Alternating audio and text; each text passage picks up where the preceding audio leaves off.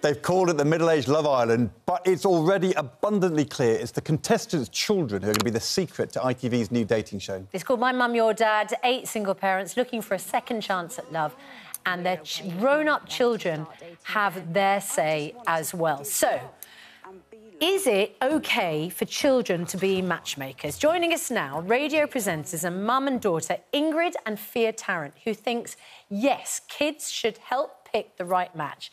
But on the other side of the desk, Lisa Maynard Atem, who says, stay out of it, kids. No! Right, Lisa, so no. What's your situation? You live with your mum, am I right? Yeah, so my mum and I live together in Manchester. And what would your mum think if you said, I've got someone for you, Mum? Absolutely not. I was actually talking to her about it yesterday, and she does not... I mean, she thinks I'm a bossy boots as it is already. There is absolutely no way she would want me to be involved, and to be honest, I wouldn't want to be either. And is she in a... Sorry, it's getting rather personal. Is she in a relationship? No, she isn't. OK, and if she met someone that you didn't like... Wrong guy, Mum. Would you have a veto over that? I don't know that I would have a veto, obviously, if there were behaviours that were of concern. Would you tell her? Would you tell her? Oh, yeah, we're a very honest family. I would tell her. She wouldn't listen to me, probably. OK, so you would intervene? Yeah. I would give my opinion, but my mum is quite headstrong, so I know she wouldn't listen to me. Though, wouldn't she? Right. I'm not so sure. Fia and Ingrid. Ingrid, you are currently single? Yes. Looking happily for love? Single. No.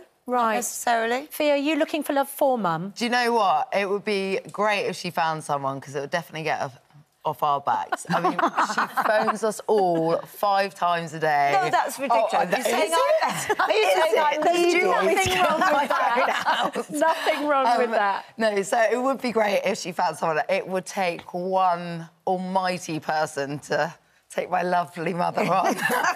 And if you said, Mum, it's the wrong guy, would she listen? She says she would.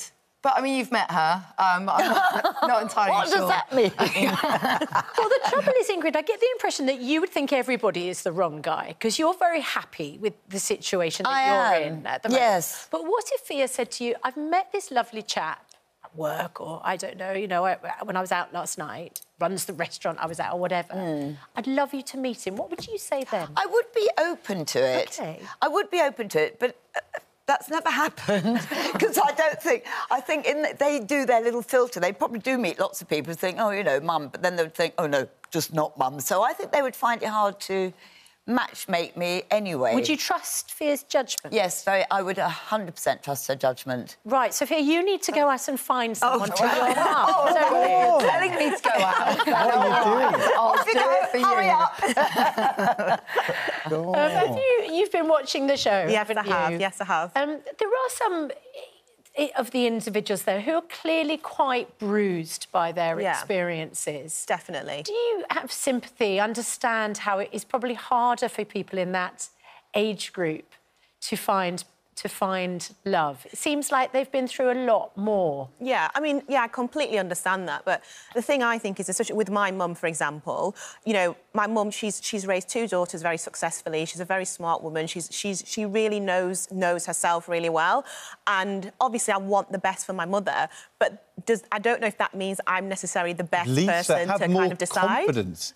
Listen to Joanne on email. My son-in-law's girlfriend at the time introduced me and my now husband. We got married last Saturday. If you find the person, you could matchmake. Yeah, but there's also the problem, Ed, that if it doesn't go well, I would never hear the end of it. And I don't want the blame. And not only that, I think I would be quite upset if I was to set my mother up and it didn't work out. I don't want to cause her any sadness and I don't want to cause her any pain.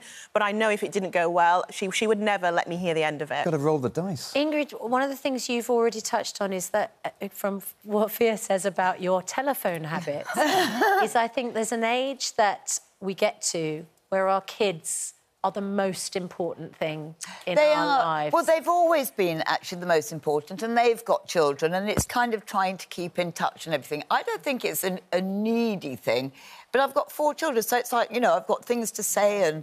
But it maybe doesn't allow space for someone else to come in. She fills that void with pet pigs and animals.